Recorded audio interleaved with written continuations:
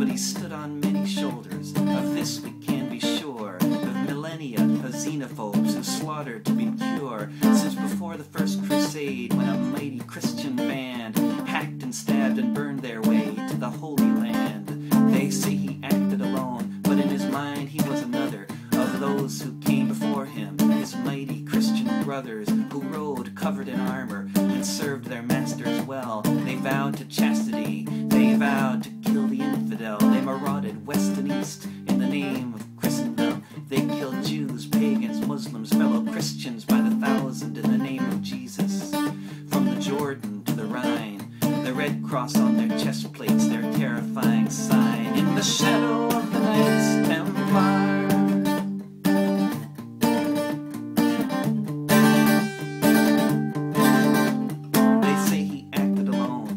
said this of the Pope, whose victims were left burning or hanging from a rope. The Lord's own Inquisition for 6 centuries, the ethnic cleansing of a continent, a Christian tyranny. European Jews and European Muslims fled the Christian caliphate to be protected by the Sultan. For 500 years they prospered beneath the Turkish sky. For those left behind, convert or die. In the shadow of the Knights Templar,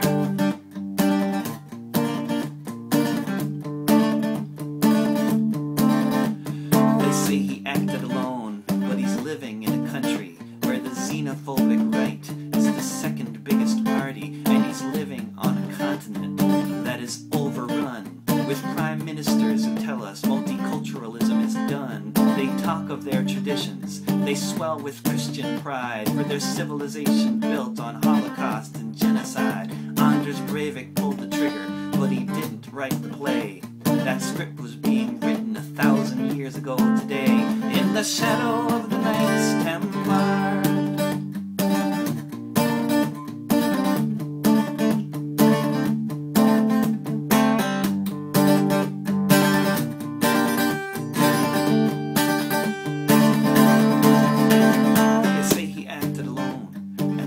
to believe that moderating rhetoric is the best we can achieve, but moderating rhetoric will bring us nowhere near to the understanding that the problem is right here.